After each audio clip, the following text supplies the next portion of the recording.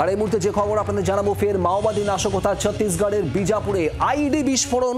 আর এই বিস্ফোরণে সিআরপিএফ এর 9 জন জওয়ানের মৃত্যু হয়েছে বলে খবর। এলাকায় তল্লাশির পর ফিরছিল সিআরপিএফ এর টিম।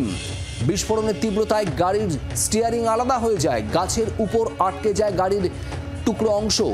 ঘটনাস্থলে গভীর গর্ত তৈরি হয় ছত্তিশগড়ের বিজাপুরে। এই ঘটনা মাওবাদী নাশকতা, আবারও ছত্তিশগড়ে 9 সিআরপিএফ জওয়ানের মৃত্যু।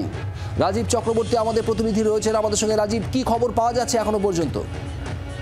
শুভদীপ, ছত্তিশগড়ের বিজাপুরে কুটরু বেডরে রোডে সেখানে একটি আইডি ব্লাস্ট হয়েছে এবং তার প্রতিঘাত যথেষ্ট বেশি এবং ভয়ঙ্কর ব্লাস্ট ঘটানো হয়েছে।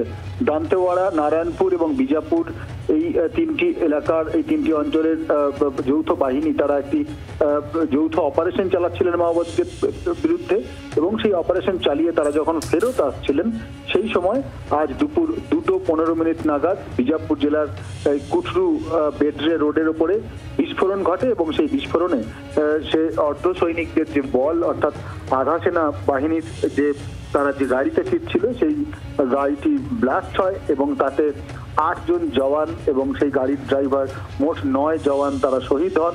এবং এই ঘটনার খবর স্থানীয় পুলিশ স্বীকার করেছে।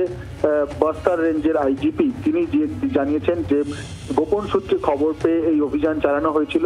আমরা জানি গত কয়েক মাস ধরে ছত্তিশগড়ে একের পর এক মাওবাদীদের বিরুদ্ধে সফল অভিযান চালিয়েছে পুলিশ এবং আধা সেনা।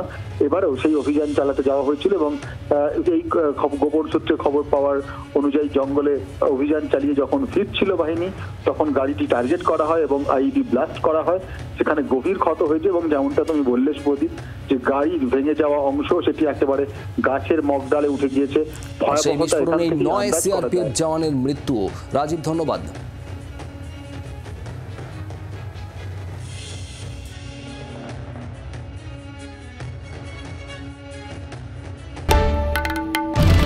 বাংলার আওয়াজ, বাঙালির আবেগ, জি 24 ঘন্টা।